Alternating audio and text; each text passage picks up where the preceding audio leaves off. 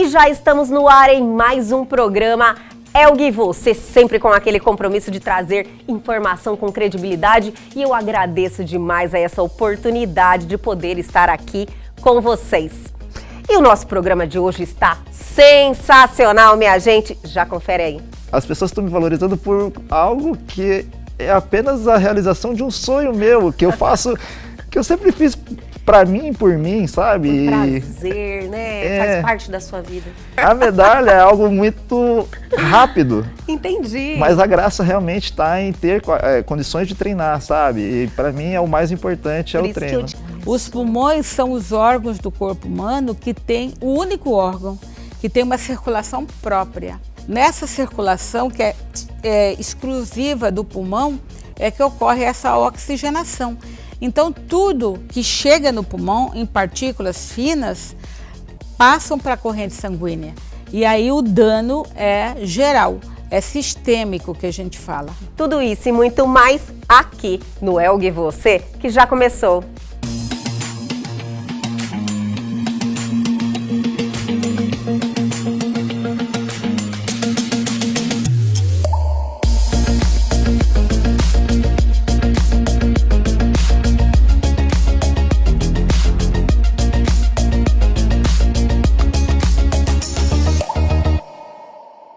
E a partir de agora, no programa Elgue Você, vamos ter um bate-papo pra cima, cheio de motivação, inspiração e com história de superação. Estamos recebendo aqui Pedro Shinohara, atleta de judô, jiu-jitsu, né? Muita história para contar. Primeiro, muito obrigada por ter aceitado o convite, Pedro, estar aqui com a gente hoje.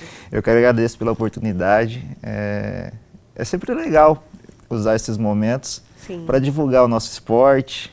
E mostrar que hoje em dia a luta já não é como antigamente, eu acho também, né? Que a gente precisa mostrar que tem muito conteúdo envolvido.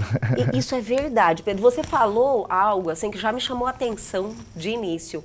Eu acredito que foi um amadurecimento em relação ao esporte, né? A visão das pessoas.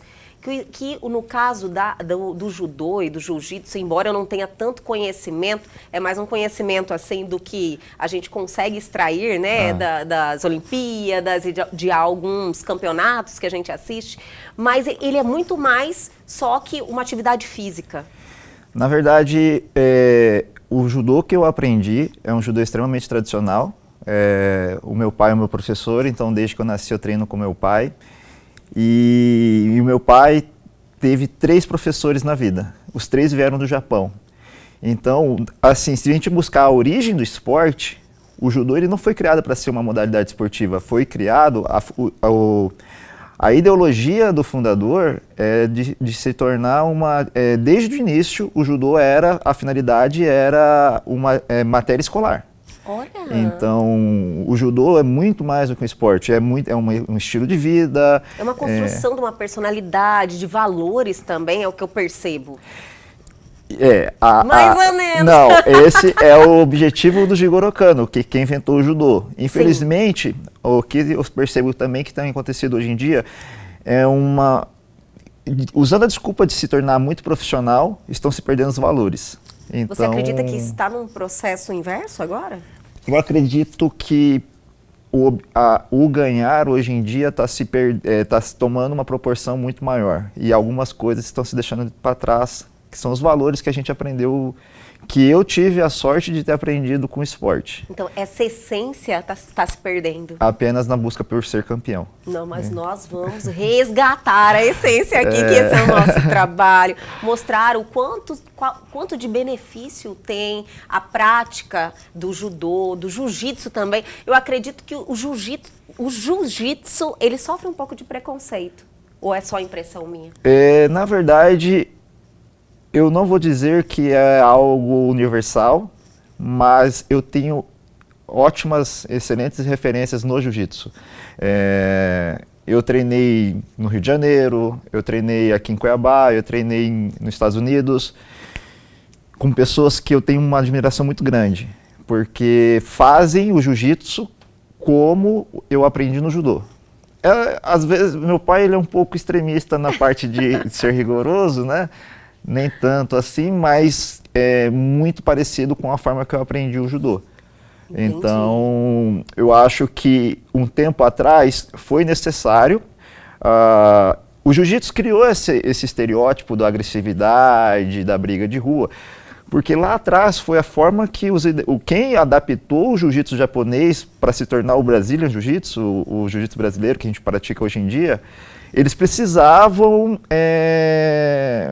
mostrar a importância daquele novo esporte que eles estavam lançando. Entendi. E como eles precisavam, chocando o mundo. Então, assim, desafiavam outros atletas de outras modalidades, que foi a forma que eles acharam para se projetar. Entendi. Então, foi necessário por um momento. Uma estratégia de marketing, então. Foi, mas com muita efetividade. Tanto é porque se não tivesse efetividade... Virou uma febre também o Sim. jiu-jitsu, né, Pedro?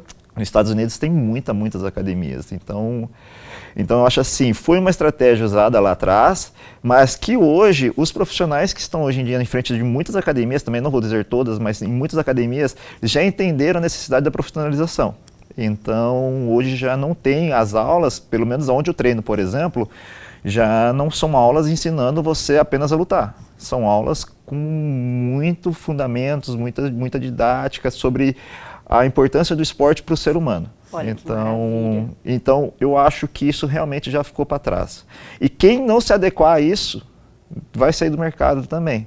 Professores de jiu-jitsu que não entenderam que o esporte ele tem sim um valor muito social, não só esportivo como social,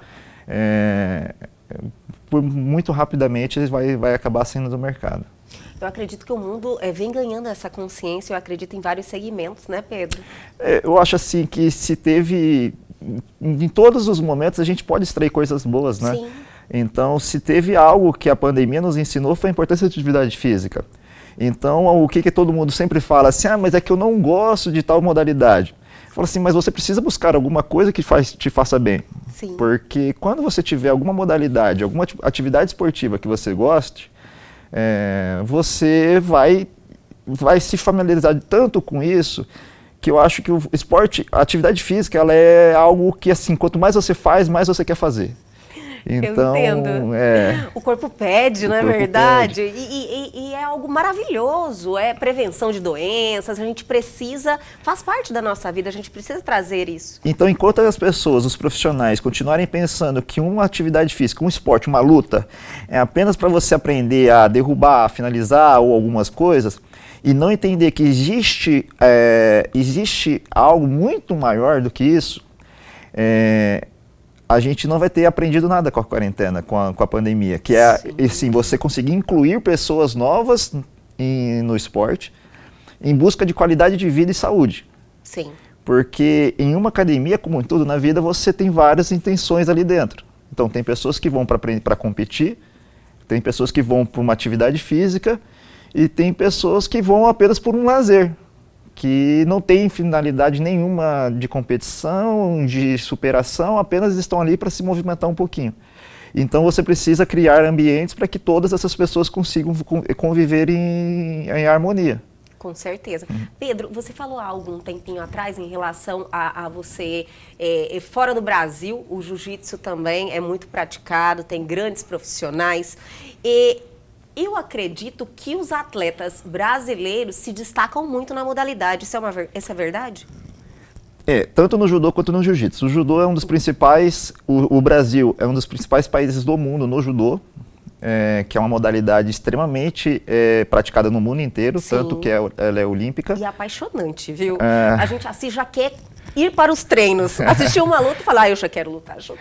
Eu sou suspeito de falar porque eu fui nascido e criado no tatame, né? Agora, o jiu-jitsu, o que acontece? É um fato. Lá fora se valoriza muito esporte. Nos Estados Unidos se valoriza muito esporte. Então, aqui no Brasil, por quantas vezes as pessoas já me perguntaram assim, mas você só luta? Como se isso não fosse uma profissão, como isso não fosse algo importante. E lá fora não. Lá fora as pessoas valorizam. O que eu entendi dos Estados Unidos? Eu morei lá de janeiro até junho agora. Lá eles valorizam muito o trabalho humano e não tanto o bem material. Sim. A prestação de serviço lá é muito valorizada. O financeiro é consequência, né? Não é o foco. Não, isso mesmo. Então, assim, eu percebo que lá fora, como eles gostam muito de esporte, e eles são um povo muito competitivo, eles gostam muito de aprender. Então, eles pagam muito bem para quem está ali para ensinar. Enquanto no Brasil, as pessoas ainda sinto, não são todos, mas eu ainda sinto hoje uma dificuldade em se pagar um profissional, seja um personal, um professor de luta, e prefere gastar muito em bens materiais que se desfaz, e para um ser humano não tem. É uma inversão de valores, né? Isso. Na realidade, você é um privilegiado de fazer o que ama. Imagina, é um privilégio enorme. Então, uma coisa que eu fico pensando muito, eu trouxe as medalhas e hoje eu acho que a minha maior satisfação é eu ter qualidade de vida e ter saúde para continuar treinando. Porque por 2 momentos eu precisei me abdicar de treinos. Então, eu acho muito legal tudo que tem acontecido na minha vida ultimamente, porque eu falo assim, as pessoas estão me valorizando por algo que é apenas a realização de um sonho meu, que eu faço, que eu sempre fiz para mim, por mim, sabe? Um prazer, né? Faz parte da sua vida, sua essência. Faz parte da minha vida e, como eu disse, né, por 2 vezes eu precisei abdicar, e em uma delas eu acreditei que eu nunca mais teria condições na vida de treinar. Então, hoje, eu falo assim, a medalha, é o que eu falo, uma medalha, ela vem de 3 ou 4 lutas em um dia. O treino, eu faço 5 ou 6 ou 7 treinos em um dia. Então, eu falo assim, a medalha é algo muito rápido. Entendi. Mas a graça realmente está em ter condições de treinar, sabe? E para mim, o mais importante é o treino. Por isso que eu te falei, olha, cada medalha é uma história. E você olhou e falou, não, legal, é ótimo ganhar uma medalha, mas é de menos diante de tudo que representa para mim, né, como atleta. Mas, Pedro, nós temos muito ainda que conversar. Você falou dessa parte tão interessante na sua vida, que foi um momento de superação, que você ficou afastado da sua paixão. Mas, vamos dar uma seguradinha? Tá, joia. Eu vou chamar o intervalo, mas tem muito mais vindo aí. A gente já volta.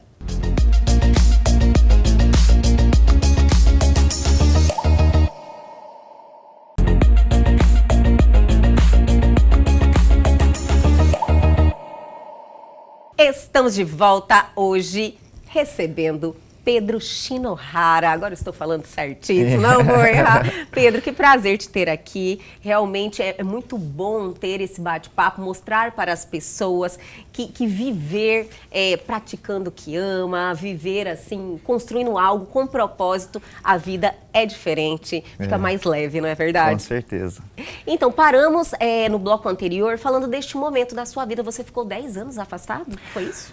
Na verdade, eu conquistei a faixa preta de judô na idade mínima permitida, que são 16 anos. E naquela época eu acabei tendo que decidir em me tornar profissional como atleta ou me tornar um professor.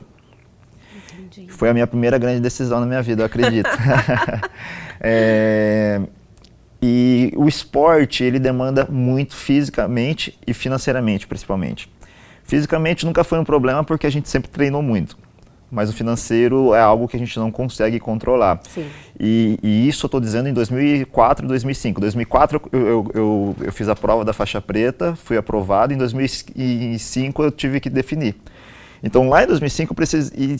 Hoje em dia não tem tanto incentivo, eu não consigo perceber uma facilidade de se conseguir incentivo de empresas ou enfim. Tanto no privado quanto no público, né, Pedro? Isso. Eu não consigo ver isso, esse incentivo. Então, em 2005 era muito menor, muito mais difícil ainda.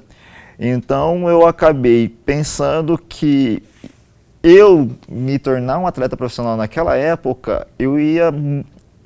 era algo de um risco muito grande, porque, por exemplo, eu treinando saudável é uma coisa, mas e se eu machucasse?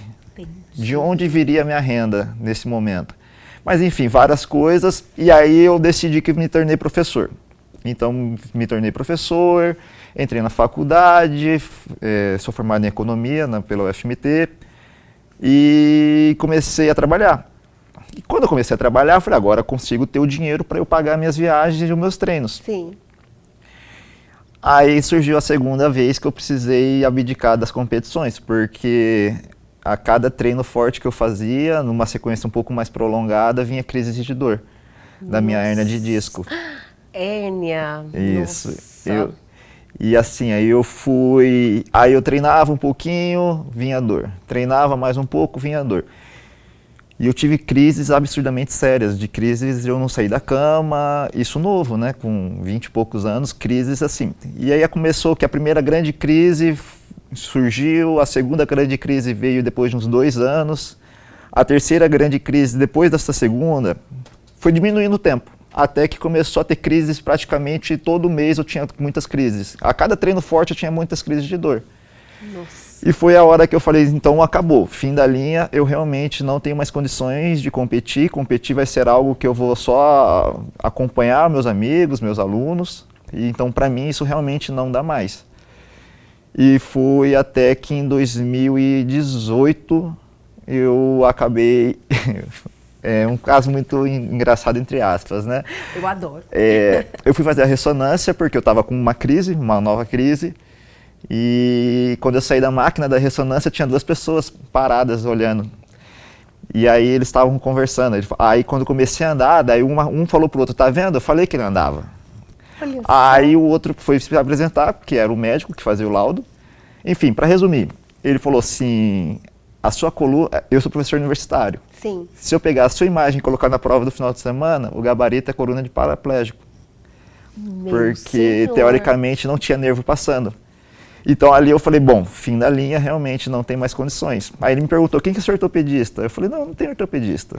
Aí ele falou, mas como que você vive com uma hérnia desse tamanho? Ele falou assim, às vezes uma hérnia pinçadinha, as pessoas sofrem muito de dor e a sua não tem nervo passando, pela imagem não aparece.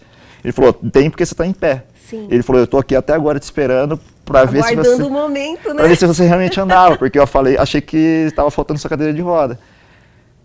E aí foi o tempo que ele ligou para o cirurgião e eu fiz a cirurgia. Então, aí eu passei 2018 praticamente em pós-operatório, recuperando meus movimentos. E até que em 2019 eu enfim fechei a academia. Porque eu falei, isso aí não é para mim, chega... Muita diversidade, né, Vou focar na minha carreira profissional fora a luta. E foi aí que tudo começou a acontecer na minha vida, né? A vida e suas surpresas, né? Foi quando eu falei, agora a luta acabou, fim da linha, eu realmente não quero mais isso. Foi quando eu me tornei muito mais profissional na área de luta. E também marcou a transição minha do judô para a competição de jiu-jitsu. Então eu até competi uma vez em 2019 no judô. É muito diferente? Tecnicamente, sim. Em termos de finalidades, sim. Entendi. Uma projeção o judô. O nosso objetivo principal é a projeção, derrubar o adversário de costas no chão, que é o ippon. Essa parte eu sei. E no jiu-jitsu o objetivo é a finalização, estrangulamento, chave de braço, enfim, torções. Entendi. E acaba que, tecnicamente, se você for ver, a gente sempre fala assim, um é em pé e o outro é no chão, para ficar mais fácil para o leigo, mas em termos de luta... O jiu-jitsu ele é mais no chão, né? A finalidade é mais mobilização, tal. A finalidade do jiu-jitsu é a luta de solo, que é buscar a finalização, estrangulamento, chave de braço, e aí algumas outras variações. Tem alguma preferência? Eu gosto de ganhar, né? Eu gosto de ganhar, não importa como. Adorei, não importa se é judô, não importa se é jiu-jitsu. Não. E essas 5 medalhas já foram desse novo momento. Então, como eu disse, eu comecei a treinar jiu-jitsu de verdade, assim, treinar regularmente em 2019. Foi em 2020 que eu comecei a treinar.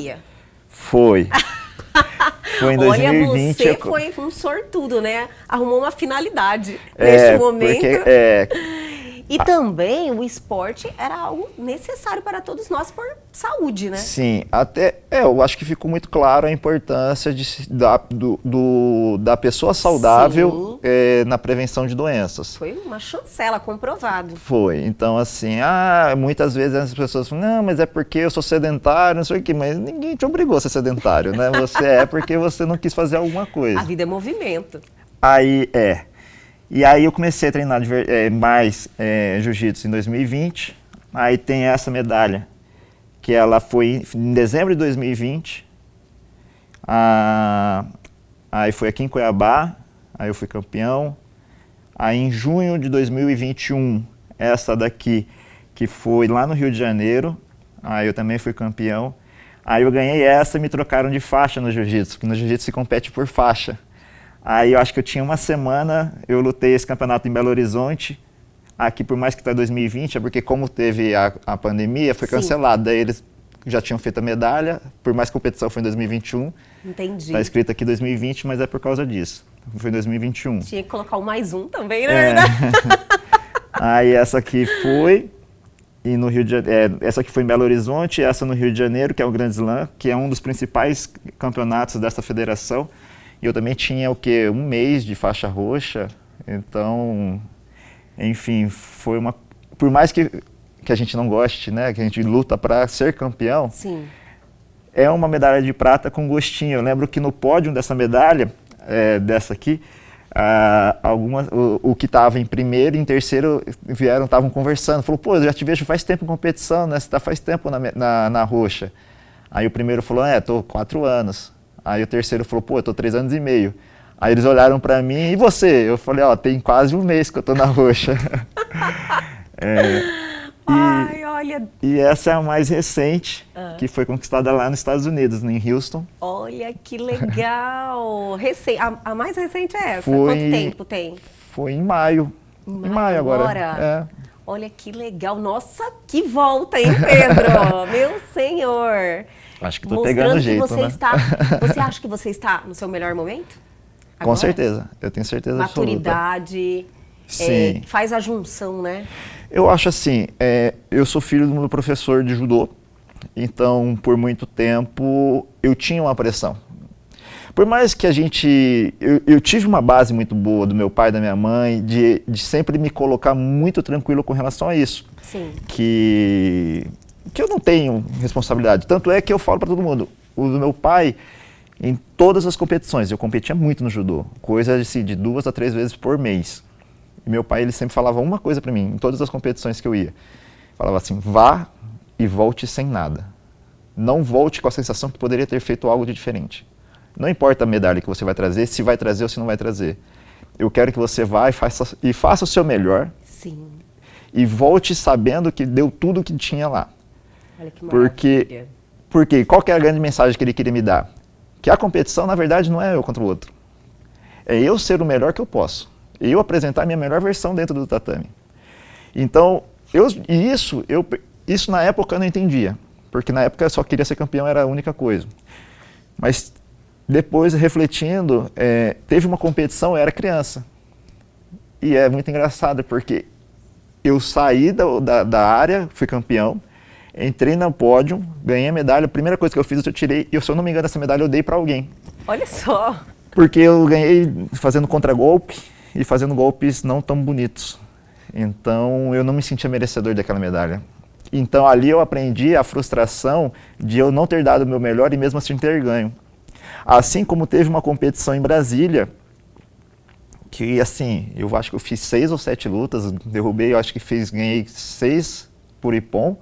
Na final eu perdi por muita coisa simples, pro cara que ele tinha sido campeão brasileiro, então assim, o cara estava muito bem.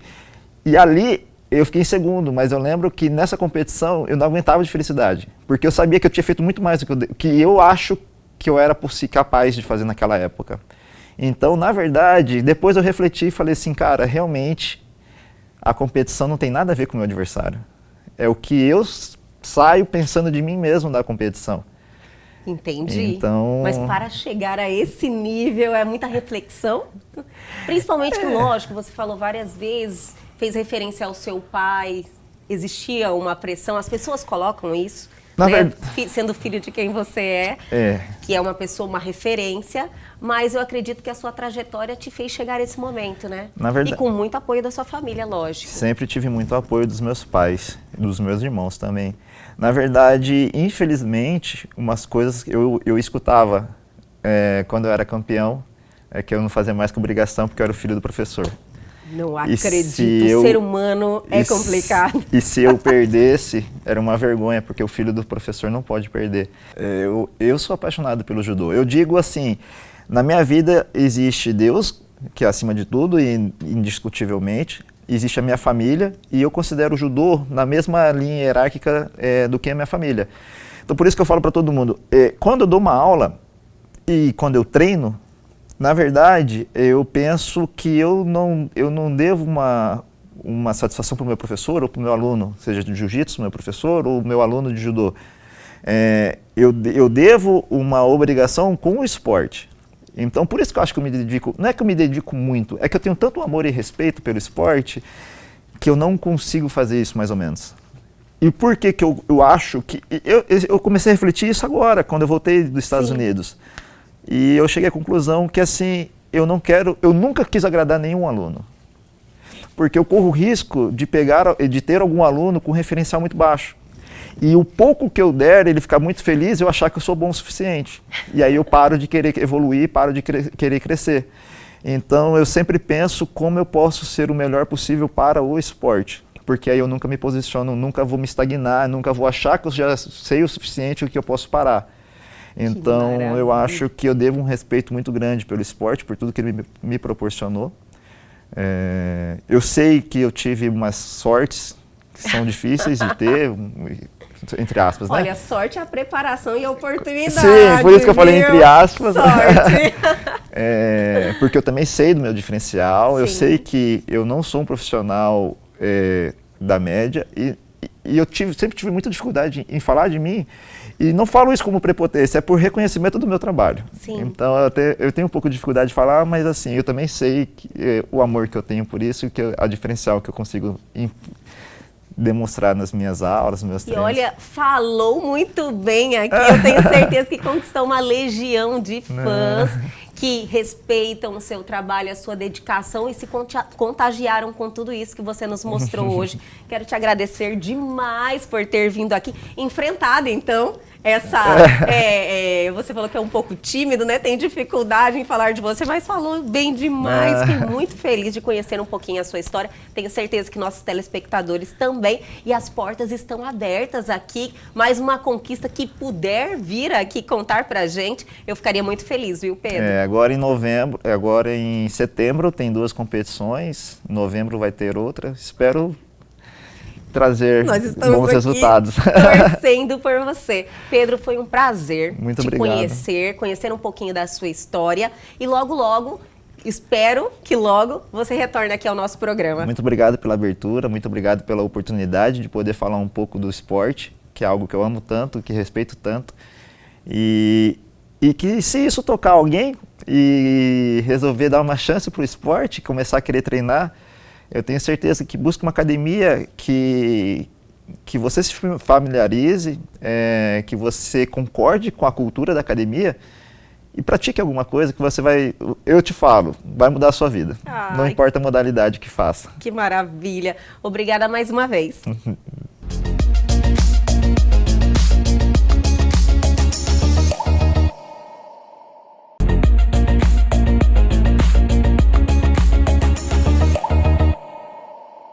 E a partir de agora, em nosso programa Elga e Você, vamos ter um bate-papo, minha gente, olha, que é de utilidade pública. Realmente, este tema precisa ser mais ressaltado por todos os veículos que estamos vivendo uma verdadeira epidemia entre os jovens e é a maior ameaça à saúde pública no momento. Vamos falar sobre cigarros eletrônicos e para isso estamos recebendo a doutora Airdes Pivetta, pneumologista, que já é a segunda vez aqui em nosso programa, sim, porém hoje em um tema muito importante, né, doutora? Mas primeiro, obrigada por retornar ao nosso programa.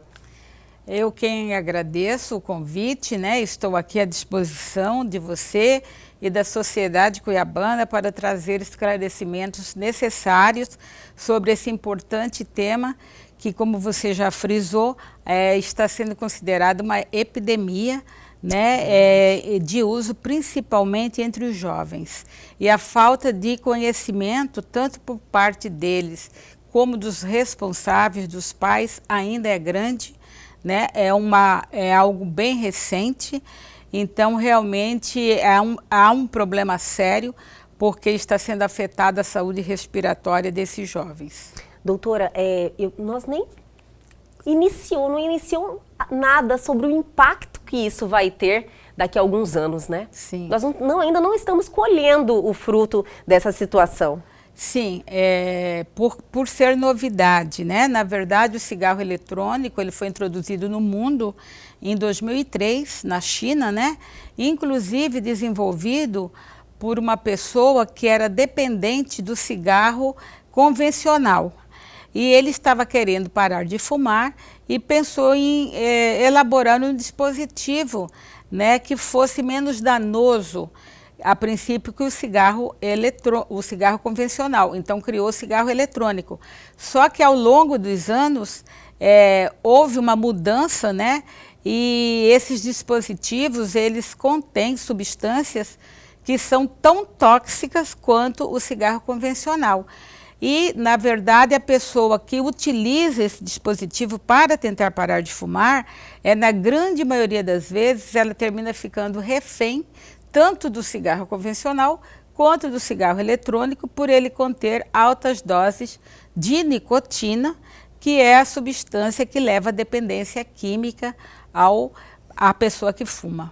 E uma problemática, assim, bem marcante é que caiu no gosto dos jovens, né, doutora? E sim, principalmente os jovens que estão aí nessa fase de desenvolvimento, sabe, amadurecendo, então o cérebro não está totalmente maduro e eles refletem nesse desenvolvimento. Os danos que o cigarro eletrônico causa, além dos problemas no sistema respiratório, também causa um impacto no desenvolvimento desse adolescente, desse jovem, na sua maturidade e eles problemas, né, doutora? Sim, na sua área cognitiva inclusive, isso, né? Porque os poucos estudos que vêm sendo realizados já mostram que, dependendo do consumo, pode haver uma desaceleração no desenvolvimento, tanto do cérebro quanto dos rins.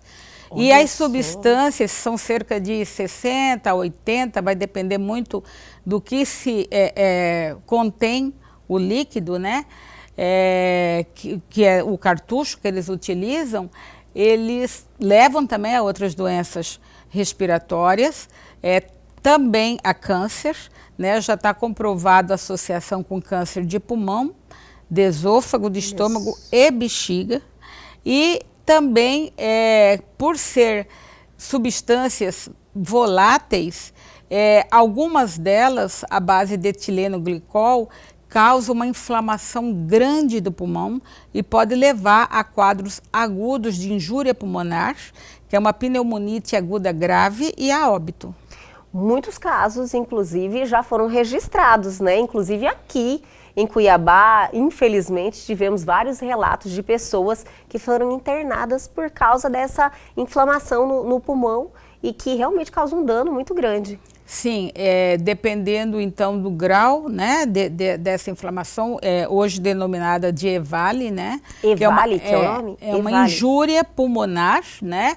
Induzida por inalação dessas substâncias voláteis, que na queima, né, desse líquido que tem dentro do cartucho, elas são liberadas e atingem não só o pulmão numa concentração grande, mas também passam para a corrente sanguínea e o dano, então, como foi colocado antes, pode afetar até o desenvolvimento do sistema nervoso. Do pulmão vai para o coração e distribuído para o corpo? Sim. Os pulmões são órgãos nobres, né? Eles são responsáveis pela oxigenação do nosso sangue, porque nós somos seres aeróbicos, né? Nós dependemos do oxigênio Sim. para a nossa sobrevivência. Então, para você ter uma ideia, Olga, passa cerca de 5 litros de sangue por minuto na circulação do pulmão. Os pulmões são os órgãos do corpo humano que tem o único órgão que tem uma circulação própria. Então, ele é um órgão muito complexo. Nessa circulação, que é exclusiva do pulmão, é que ocorre essa oxigenação. Então, tudo que chega no pulmão, em partículas finas, passam para a corrente sanguínea. E aí o dano é geral, é sistêmico que a gente fala. Entendi, doutora. E a questão, como a doutora falou, falam que é menos nocivo porque não tem combustão, né? Diz que você não precisa acender o cigarro, que é um vapor natural, tudo isso é mito, né, doutora? É mito, na verdade é fumaça mesmo. É fumaça. E tem uma fumaça que pode conter de tudo ali, né, doutora? Exatamente. Tem combustão porque ele funciona com uma bateria de lítio e a temperatura que essa bateria atinge chega a 350 graus Celsius. 350. Então pode ter inclusive lesão oral, né, de lábio, de língua, que são os cânceres de via oral pela essa alta temperatura. E essa alta temperatura transforma as substâncias que estão ali naquele líquido em substâncias ultra finas e que são substâncias que chegam lá na intimidade do pulmão, causam essa inflamação aguda, um edema, né? E compromete, então, não só os mecanismos de defesa do pulmão, e a pessoa desenvolve pneumonias, a própria pneumonite química pelas substâncias, e ocasiona, né, uma diminuição geral na oxigenação do sangue durante o uso do dispositivo. E como eu frisei antes, nós somos seres aeróbicos. Sem oxigênio, nada funciona bem no nosso organismo.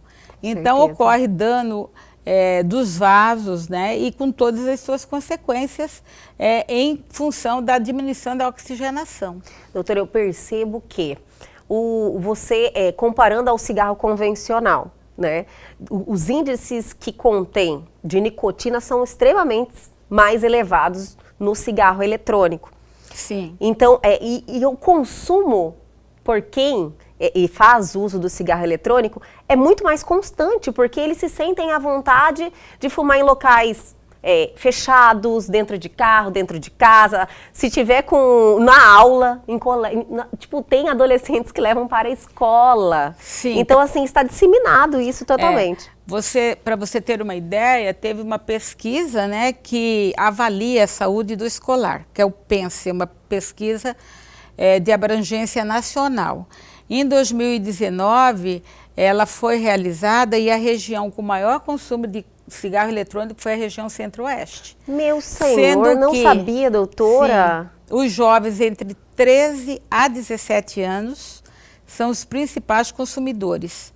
Em relação à escola privada, esse número é um pouquinho maior, mas quase que semelhante da escola pública, em torno de 24,5% na escola privada e 23,9% dos jovens de 13 a 17 anos da escola pública também já experimentaram o cigarro eletrônico.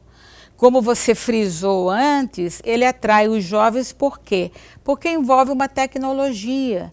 E hoje nosso mundo é tecnológico, né? E a novidade também, a né, novidade. Doutora? E eu acredito que os adolescentes também se empoderam fumando. Com certeza. Lembra antes que as propagandas, e vamos falar de propaganda também, um pouquinho na sequência, mas antes o cigarro era algo que dava poder às pessoas. Sim. Quem fumava era descolado. Era associado a uma independência, autonomia, a um glamour. As propagandas eram fantásticos. Demais. Associavam inclusive com esportes, o que é uma incoerência. Doutora, né? eu fiz um talk show falando sobre isso com dois oncologistas, e eles me falaram, e eu fiquei assim impressionada, por isso que eu quero inclusive repetir sobre isso, que antes o cigarro, eles falavam que fazia bem para gestantes.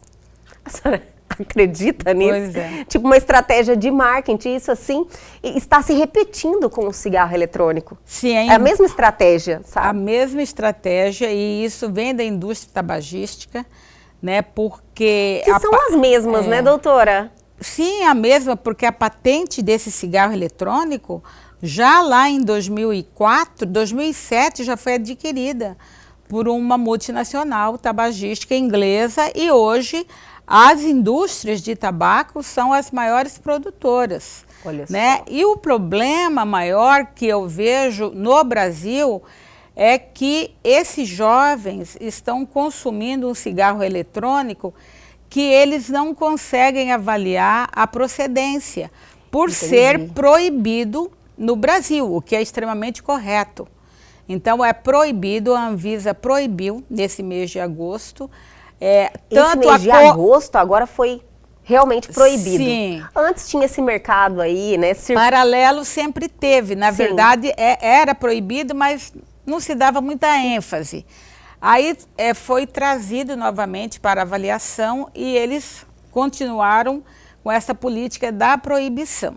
Então é proibido o comércio, a venda, mas as pessoas adquirem facilmente no mercado paralelo, Sim. na internet, e até aqueles que viajam fora do Brasil às vezes trazem e vendem. Sim. Né? Então, assim, você não tem controle da procedência e você não tem garantia do que realmente você está consumindo. Podemos falar mais sobre isso, doutora? Claro. No próximo bloco, vou chamar o intervalo, mas no próximo bloco vamos falar de tudo que pode conter nesses dispositivos com a doutora. É bem rapidinho, a gente já volta.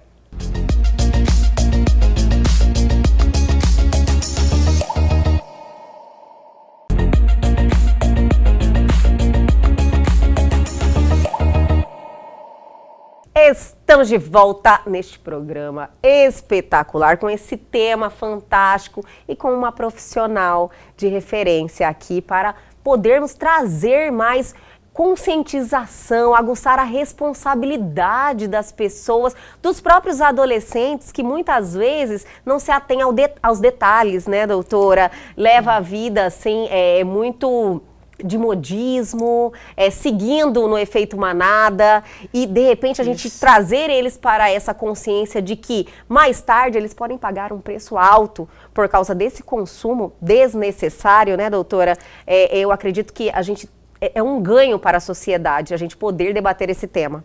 Olha, é de extrema importância, Elga. Esse alerta tem que ser um alerta contínuo, né? Parabéns, então, por você abordar esse tema, mas como eu disse, tem que haver um movimento e a Sociedade Brasileira de Pneumologia, ela inclusive foi bastante atuante lá com a Anvisa para que realmente não fosse liberado o uso, em função dos danos que a gente sabe que ocorrem. Que hoje já então, é assim, fato, né, doutora? E já tem alguns estudos pontuais mostrando que o jovem que consome o cigarro, usa, né, o cigarro eletrônico, ele tem uma chance 3 vezes aumentada de se tornar um usuário do cigarro convencional. Eu percebi isso, doutora, que são os próximos fumantes. Sim. Quando ele tenta se livrar do cigarro eletrônico, ele começa no cigarro a fumar convencional. por causa da ansiedade. É porque a nicotina presente no cigarro eletrônico tem uma concentração bem maior do que a do cigarro convencional. Então, o jovem ele se torna dependente muito mais rapidamente. Né? E aí, realmente, a partir do momento que ele cria receptores nicotínicos a nível do seu cérebro, ele não consegue ficar mais sem a substância. Ela é aditiva e cada vez mais a pessoa que consome vai querer uma maior quantidade. Entendi. Então, por isso que a pessoa que começa com uso ocasional, logo ela se torna dependente. Aí ela começa a comprar, a usar, né? E vai passar, com certeza, essa chance existe de ser um fumante de cigarro convencional em até 3 vezes mais. Doutora, do que aquele que não experimenta. Doutora, com tudo que a doutora está falando, sabe, muita informação aqui vem fazendo sentido aqui. Eu falei, como o cigarro convencional, ele ficou marginalizado, né? Antes era moda fumar, era algo que empoderava as mulheres, os homens, mas o fumante convencional, de cigarro convencional, ele estava perdendo espaço. Eles eliminaram tudo que era de ruim. Ele tem um gosto, se você experimentar aquela fumaça, ela é docinha, ela é cheirosa. Pode fumar em qualquer lugar. Né? As tem pessoas, vários sabores. Isso, as pessoas podem fumar em lugar fechado, acham que não prejudica o próximo, em carro fechado. Então, assim, eles eliminaram tudo que não era muito social no cigarro e implantaram essa ideia. Foram muito criativos. Na verdade, essa política de combate ao tabagismo convencional, ela foi muito forte no Brasil. Né?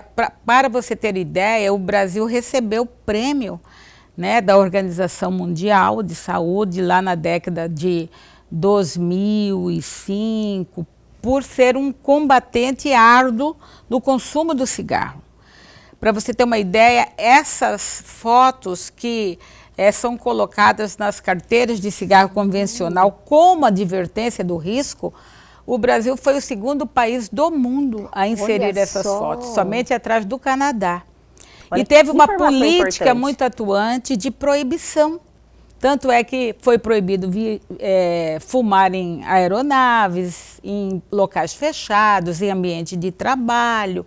E realmente foi uma ação muito forte, né, da sociedade brasileira que convenceu os órgãos, né, responsáveis, a Anvisa, por esse dano.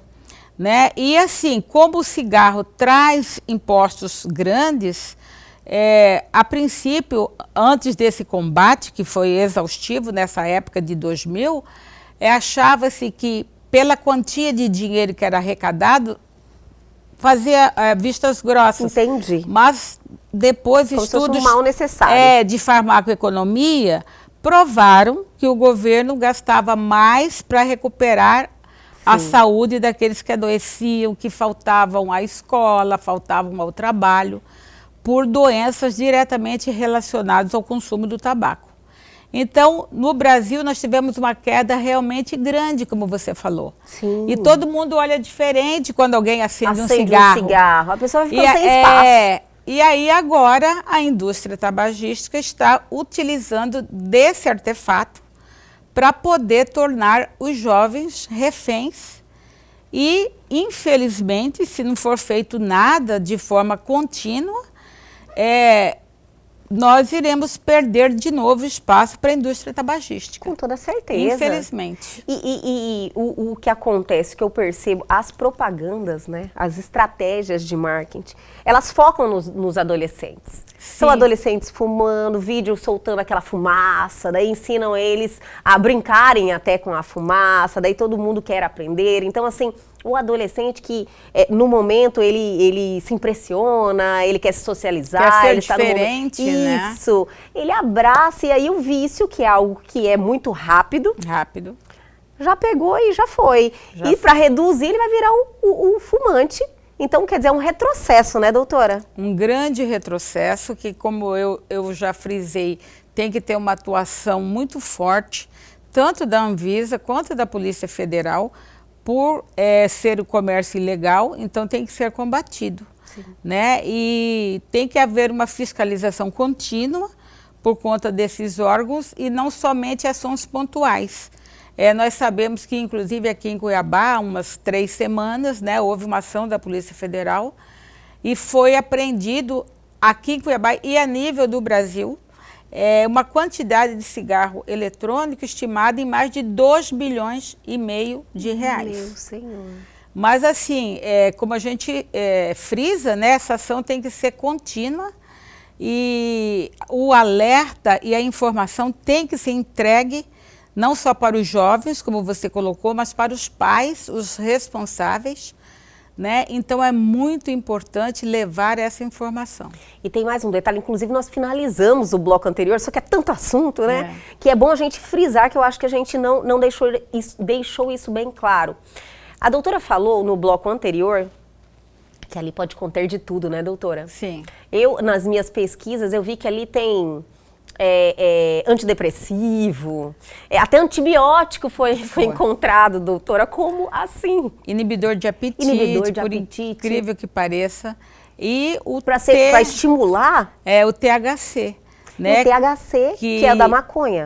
Que é a maconha, né? É a fração, a parte, né, fracionada da maconha, que é a alucinógena. E ela é comercializada de forma oleosa. E eles acrescentam nesse líquido, então levam a uma pneumonia aguda no pulmão, um dano alveolar difuso, uma pneumonia lipoídica, né, que compromete as trocas gasosas. Então o paciente pode ir a óbito. E inclusive os primeiros casos relacionados a óbito com cigarro eletrônico foi nos Estados Unidos e ao analisar esse líquido que estava sendo volatilizado, né, encontrou-se o THC. Então, eles misturam de tudo ali, né? Pode misturar o que quiser. Por quê? Porque nós já estamos na 4ª geração do cigarro eletrônico. 4ª geração. As primeiras que foram lançados, ele era semelhante a um cigarro convencional, e ele era um tubo descartável. Você não tinha como manipular ali dentro. Entendi. E depois eles foram fracionando o dispositivo. Então hoje o tubo, né, em que você coloca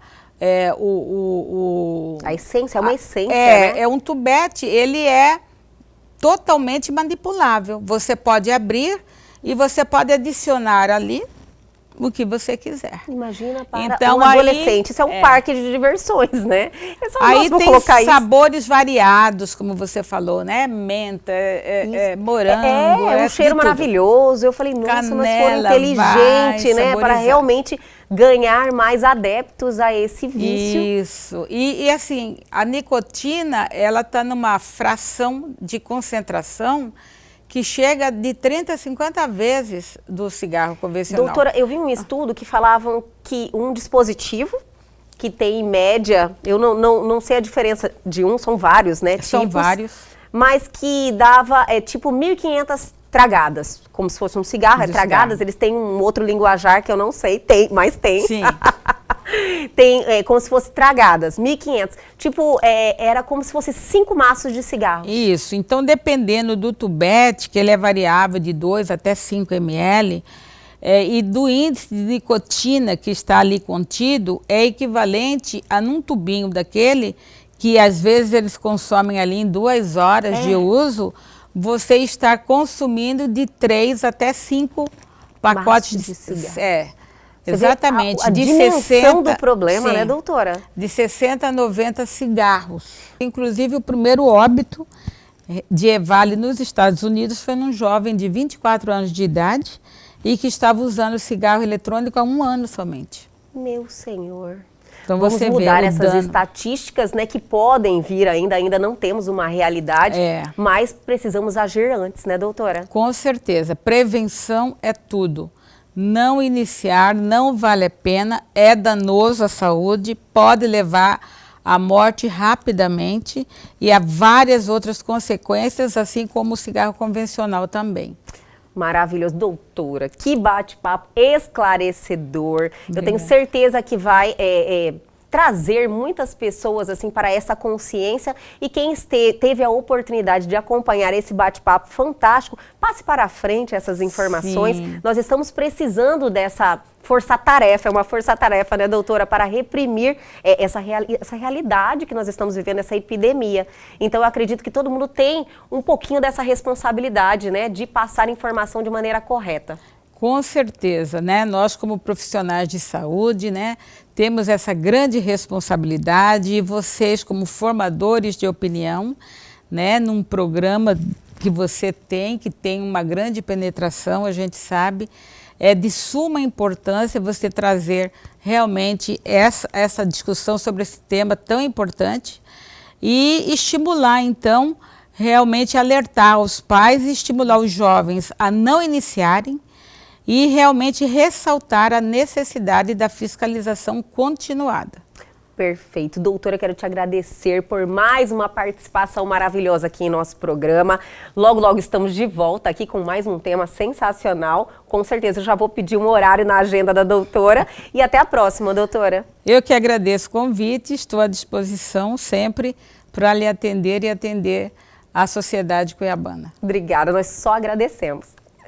E o Elgue Você de hoje fica por aqui, mas calma que tem muita coisa ainda nesta semana. Perdeu algo, quer entrar em contato com a gente? Atenção à oportunidade. Pegue o seu celular agora, faça o teste, aponte a sua câmera ao QR Code que está aí na sua tela, vá direto ao nosso Instagram, deixe lá uma mensagem para nós ou para o nosso canal no YouTube, que tem um conteúdo sensacional lá te esperando. Aguardo vocês amanhã aqui na TV Pantanal, canal 22.1.